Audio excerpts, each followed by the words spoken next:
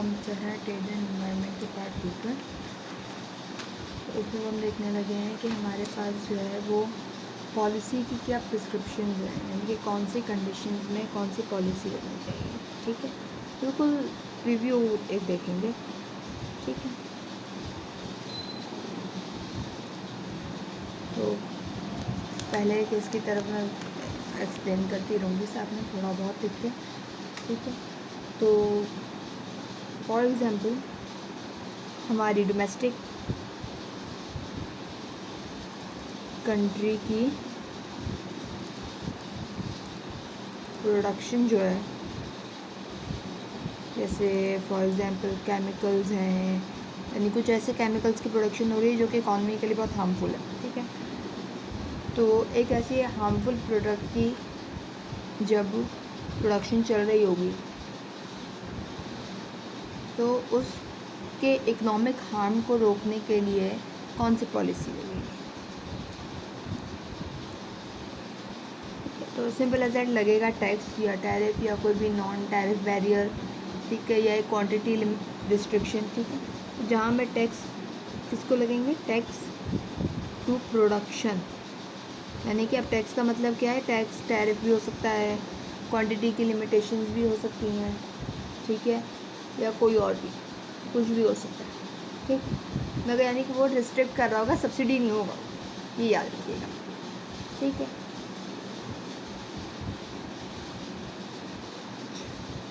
Tax to production of the product that creates and harmful effect। ठीक है, दूसरे की तरफ चलते हैं।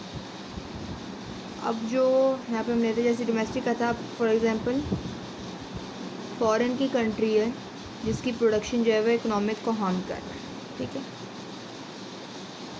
ठीक है, तो अब उस पर क्या करेंगे, उनकी प्रोडक्शन के ऊपर टैक्स लगा देंगे, यानी कि कुछ नहीं तो हम अपनी इंपोर्ट्स पे टैक्स लगा देंगे, यानी कि हम वो एक्सपोर्ट कर रहे हैं हमारी कंट्री में तो हम टैक्स ऑन इंपोर्ट्स। और यहाँ पे मेरे टैक्स का क्या मतलब है, टैक्स का मतलब क्वांटिटी की रिस्ट्रिक्शन भी हो सकती है, टैरिफ भी हो सकता है, कुछ भी हो सकता है। ठीक है, यानी कि वो चीज़ जो कि टैक्स लगा रही हो, रुकावट लगा रही हो। ठीक है, फॉर एग्ज़ाम्पल अब क्या है, वर्ल्ड की प्रोडक्शन जो है किसी भी गुड की, ठीक है, वो जो है पूरी इकोनॉमिक हार्म कर रही है, सॉरी एनवायरनमेंट को हार्म कर रही है। ठीक है, तो अब इसको कैसे रोकेंगे, वर्ल्ड की प्रोडक्शन पे टैक्स लगा देंगे। ठीक है, इसके अलावा हमारी कंजम्पशन जो है, डोमेस्टिक की कंजम्पशन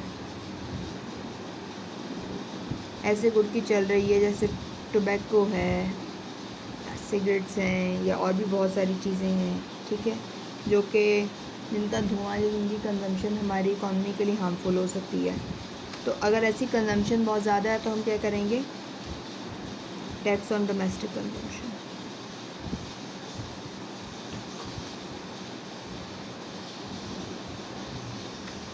ठीक है, फिर अगर फॉरेन की कंजम्पशन ख़राब है तो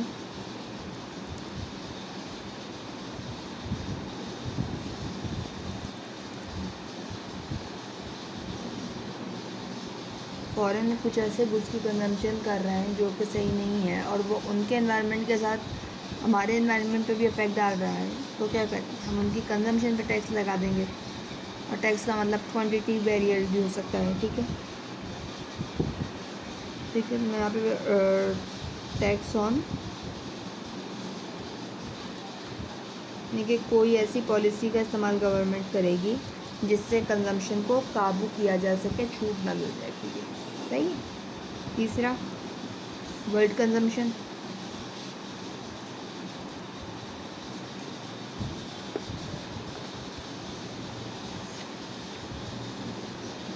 ठीक है, तो अगर ऐसा हो कि पूरी वर्ल्ड की कंजम्पशन जो है वो हमारी नेशन को हार्म कर रही है तो हम क्या करेंगे? ठीक है, या तो वर्ल्ड की कंजम्पशन पे टैक्स ऑन वर्ल्ड कंजम्पशन, या फिर उनकी प्रोडक्ट या जो गुड है उसकी प्रोडक्शन पे टैक्स लगा देंगे। ठीक है, तो ये पॉलिसी ब्रीफ जो हैं छोटे बहुत जो थे, जो केसेस हो सकते थे, वो मैंने समझा दी आपको भी। ठीक है, अब थोड़ा बहुत उसको ग्राफिकली देख लेते हैं कि ये अगर हो ऐसा कुछ तो फिर ये किस तरीके से काम करता है। ठीक है,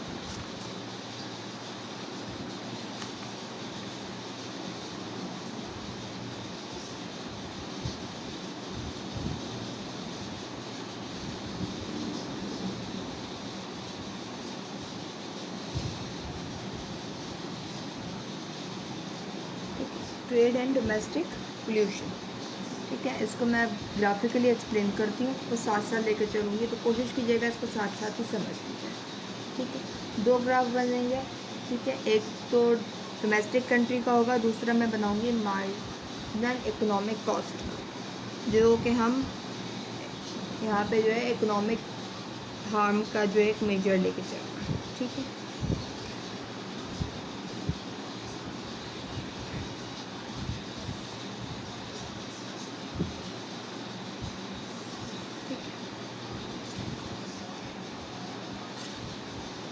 फॉर एग्जांपल पहले तो इकॉनमी आपकी इक्विलिब्रियम पे चल रही है, फ्री ट्रेड और टर्की का पॉइंट अगर मैं कहूँ तो बेहतर रहेगा। ठीक है, ये डोमेस्टिक की सप्लाई ये आ गया ए पॉइंट और टर्की का पॉइंट आ गया इसको। ठीक है, यहाँ पे क्या है क्वांटिटी, तो यहाँ पे प्राइस चल रही है किसी भी गुड की प्राइस।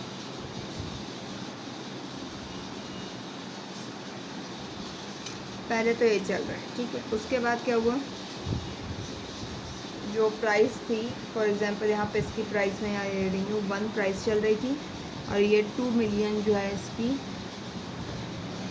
एक्सपोर्ट चल रही थी। ठीक है, फिर क्या हुआ, अब ये ट्रेडिंग पे गए, ट्रेडिंग शुरू हुई, तो ट्रेडिंग से क्या हुआ कि प्राइस थोड़ी ज़्यादा हो गई, यानी कि 1 पॉइंट समथिंग कुछ हो गया। ठीक है, 1.0। ठीक है, फिर क्या हुआ, इस एक पॉइंट पे अब ये आपके पास क्या बन गया, एरिया ए, जो ये एक बन रहा है यहाँ पे, ये ए लिख ही लिया, चलिए मैंने इसे एरिया ए का नाम दे दूँगा। ठीक है, ये एक्सपोर्टिंग का एरिया बन गया। ठीक है, मगर इस एक्सपोर्टिंग से क्या हुआ,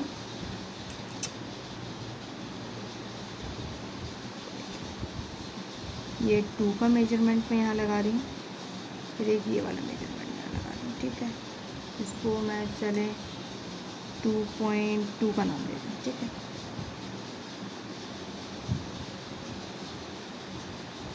for example marginal external cost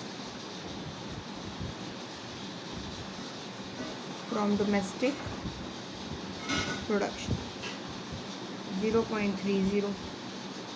ठीक है, ये क्वांटिटी मार्जिनल कॉस्ट। ठीक है, जो कि कांस्टेंट है, 0.30 से जितने यूनिट्स बनेंगे सेम यूनिट से वो मल्टीप्लाई हो जाएगा। ठीक है, अब मैंने क्या किया था, पहले तो वो 2 प्रोडक्शन कर रहा था, मगर जब प्राइस थोड़ी बढ़ी तो क्या हुआ, प्रोडक्शन बढ़ गई 2 से 2.2 पे, क्योंकि अब वो एक्सपोर्ट भी कर रहा है ना। ठीक है, ये हो गए वो एक्सटर्नल कॉस्ट, जिसको मैं यहाँ पे अब बी का नाम दे रही हूँ। ठीक है, पहले तो मैं यहाँ समझा देती हूँ। ठीक है, अब मैंने देखा कि कॉस्ट ज़्यादा बन रही है,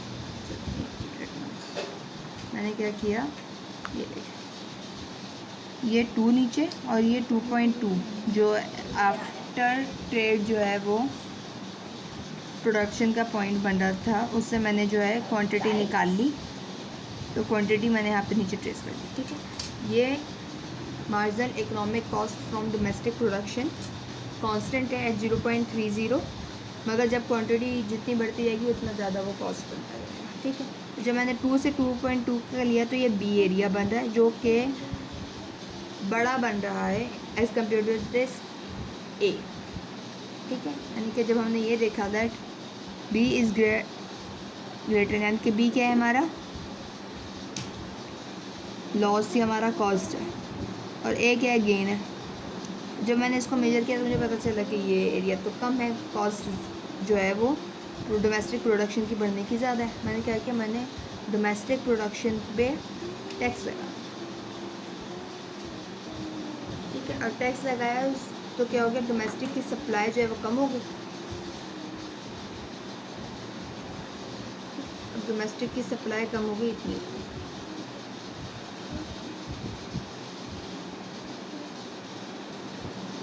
माइनस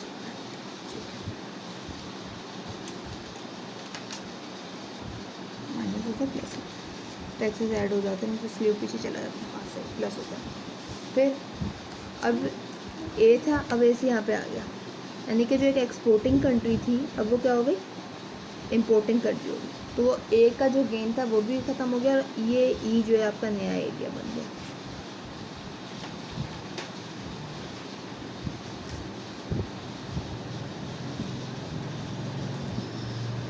ठीक, तो उन्होंने क्या किया कि देखा कि एक्सपोर्टिंग कंट्री जो है वो ज़्यादा हमें नुकसान पहुंचा रही थी। एक्सपोर्टिंग कंट्री बनता उन्होंने अपनी इतना टैक्स लगाया कि वो एक्सपोर्टिंग कंट्री वोटिंग हो गया। फॉर एग्जाम्पल अब ये बन गया हमारे पास 1.4, तो उनके पास अब कितनी कॉस्ट हो जाएगी, वो 20 है, ये 1.4। ठीक है, यानी कि कॉस्ट देखिए ये पूरी कॉस्ट बन रही है, इसलिए अभी ये 1.4 हो गया तो ये बेनिफिशियल है। ठीक है, ये है ट्रेड एंड डोमेस्टिक पोल्यूशन, यानी कि अगर आपने जो ट्रेड शुरू की उससे डोमेस्टिक पोल्यूशन या कॉस्ट ऑफ इकोनॉमिक हार्म ज़्यादा हो रहा था, तो हमने इतना टैक्स लगाया कि वो अच्छी खासी एक्सपोर्टिंग जो फंड थी वो इम्पोर्टिंग। ठीक है, अब तक हम वो देख रहे हैं ना कि भाई ट्रेडिंग जो है उसकी वजह से ट्रांस बॉर्डर पोल्यूशन भी होता है, यानी कि अगर आपने अपने नेबरहुड वाली जो कंट्री है उसको आपने जो है वो आप उसे ट्रेडिंग नहीं करें, मगर उसके पास हुई प्रोडक्शन जो है वो आपको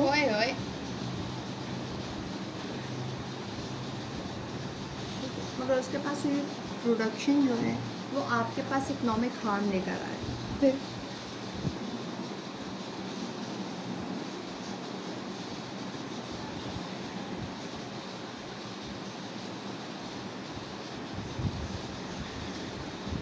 ठीक है, तो ट्रांस बॉर्डर पोल्यूशन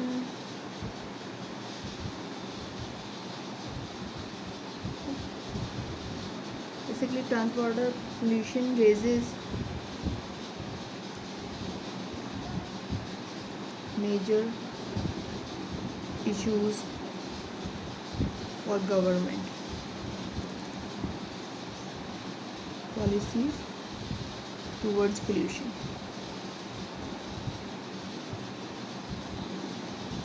सही है, तो इसको हम लोग देखते हैं, थोड़ा समझते हैं, फिर इनके सॉल्यूशंस की तरफ जाएंगे।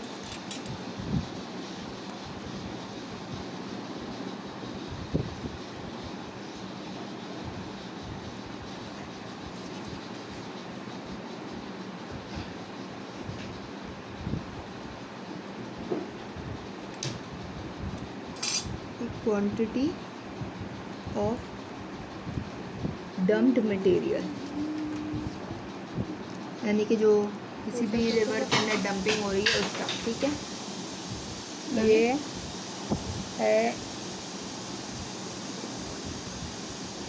ये है price per ton of dump material.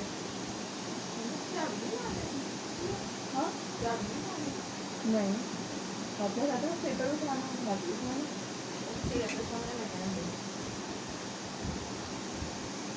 अब ये क्या है, ये है हमारे पास मार्जिनल बेनिफिट,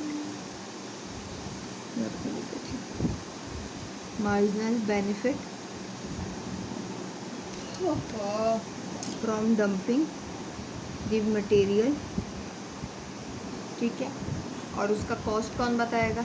हम कंज्यूमर्स बता रहे होते हैं, ठीक है। बेनिफिट डंपिंग का जो है वो इंडस्ट्री को होता है, यानी कि प्रोड्यूसर को हो रहा होता है। और कॉस्ट कौन पे कर रहा होता है? हम इंसान कर रहे होते हैं, यानी कि हम कंज्यूमर्स जो होते हैं वो कर रहे होते हैं, जो लिविंग बीइंग होते हैं सब, ठीक है। तो marginal cost of waste dumping, ठीक है। अब पहले इस ग्राफ को थोड़ा सा समझ लेते हैं। अगर इस ए पॉइंट को मैं पढ़ूँ, यानी इसको मैं ए का नाम दूँ, तो इस ए का क्या मतलब होगा? यानी कि आपकी जब price per ton of dump material zero हो तो मैक्सिमम आपको कितना बेनिफिट मिल रहा है, ठीक है। और जब मैं इसको मार्क करूँ यहाँ पे, तो जब आपकी क्वांटिटी डम्प्ड बिल्कुल ज़ीरो है तो मैक्सिमम प्राइस कितनी चार्ज हो रही है?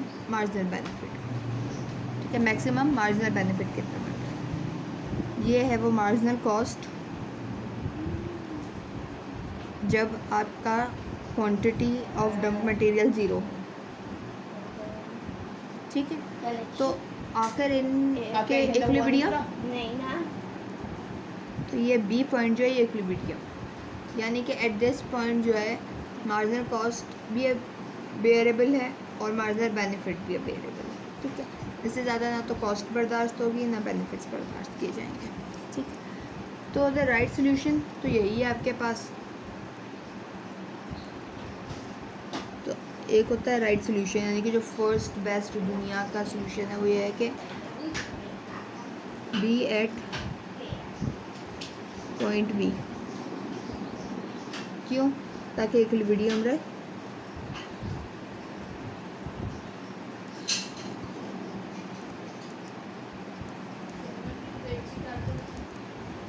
बी मेंटेन, क्या करो?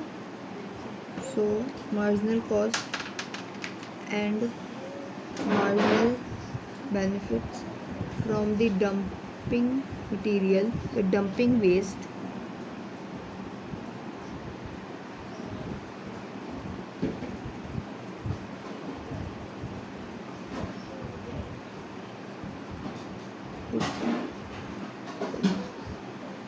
क्लियर। ये तो हो गया आपके पास राइट सोल्यूशन, यानी कि एक बिल्कुल परफेक्ट किस्म का सोल्यूशन है जो। नेक्स्ट सोल्यूशन क्या होगा? यानी कि अगर ऐसा सीन हो जाए कि ये इस पे ना अटेन कर सके पॉइंट बी पे, तो क्या होगा? ठीक है, फिर ऐसी सूरत हाल में ये होगा कि ये जिस भी गुड के बारे में वेस्ट मटेरियल, चलो फॉर एग्जांपल अगर पेपर है, ठीक है, पेपर, तो पेपर है, तो अगर पेपर की प्रोडक्शन में इनका वेस्ट मटेरियल जो है ज़्यादा निकल रहा है तो वो फिर बेहतर नहीं कि वो नेक्स्ट बेस्ट सोल्यूशन, यानी ये इक्विलिब्रियम पे होना तो बिल्कुल ही कहने की बात है कि आसान है, मगर इतना होता नहीं है, ठीक है। तो नेक्स्ट बेस्ट सोल्यूशन देखिए, फॉर एग्जांपल हम पेपर के गुड की बात कर रहे हैं, ठीक है। तो बेहतर ये नहीं कि आप, अगर आपके पास इतनी एनवायरमेंटल फ्रेंडली टेक्नोलॉजी मौजूद नहीं है, तो बेहतर है आप वहाँ से इंपोर्ट कर लें अपनी गुड को, जहाँ जो है वो एक ऐसी टेक्नोलॉजी मौजूद है जो पेपर को कम डंप मटेरियल से या कम मार्जिनल कॉस्ट के साथ कर रही है, ठीक है।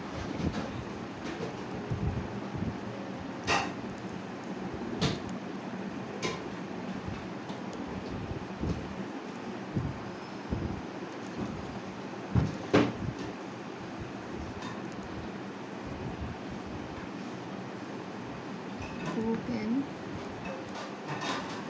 produce paper lower marginal cost of waste dumping, ठीक। इससे क्या होगा, वो कंट्री जो नई थोड़ी प्रोडक्शन ज़्यादा करेगी उसकी कॉस्ट एटलीस्ट इतनी कॉस्ट नहीं होगी जो इस डोमेस्टिक कंट्री में हो रही होगी, ठीक है। और एक्सपोर्टिंग की कॉस्ट होगा, ठीक। फिर एक चीज़ आती है कि नाफ्ता एंड द इन्वायरमेंट, यानी कि एक नाफ्ता था, north American free trade area. अब मैं उम्मीद करती हूँ फ्री ट्रेड एरिया से वाकफियत होगी, उसके बारे में भी सब बताया गया है और यूट्यूब पे वीडियोस अवेलेबल है चैनल के ऊपर, ठीक है। चलो। तो नाफ्ता ने जो है एनवायरनमेंट को किस तरीके से किया था इसको देख लेते हैं। तो यहाँ पर मैं लिख दूँ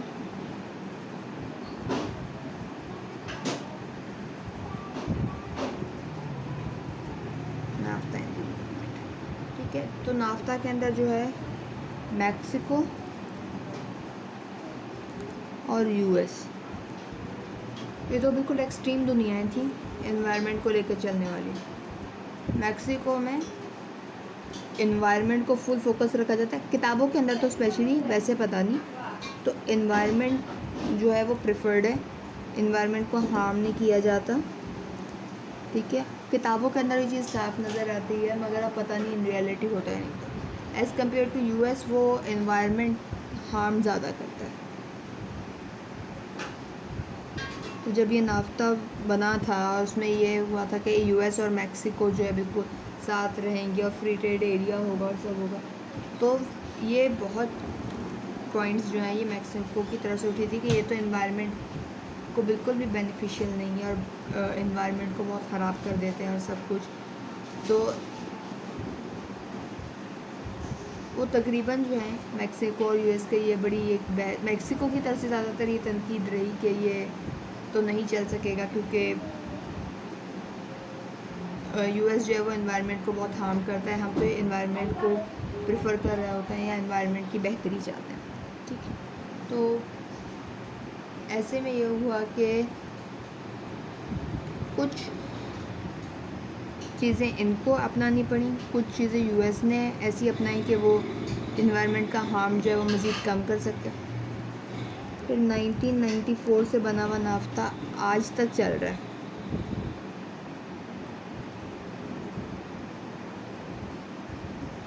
और एनवायरनमेंट हार्म जो है वो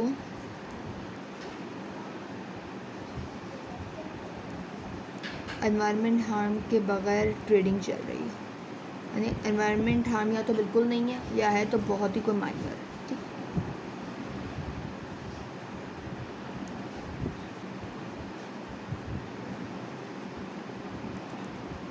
ठीक। उम्मीद करती हूँ इतनी चीज़ क्लियर हो जाएगी। पार्ट 3 इस चैप्टर का जो है, जिसके अंदर हम देखेंगे ग्लोबल एनवायरमेंटल चैलेंजेस, जिसके अंदर एक अच्छी टॉपिक है, बहुत मज़ा आएगा करने में। तो पार्ट 3 इस चैप्टर का आप लोगों को जल्द अवेलेबल हो जाएगा इंशाल्लाह, ठीक है। और कोशिश मेरी यही होगी कि जितना जल्दी हो सके उतना जल्दी हो जाए।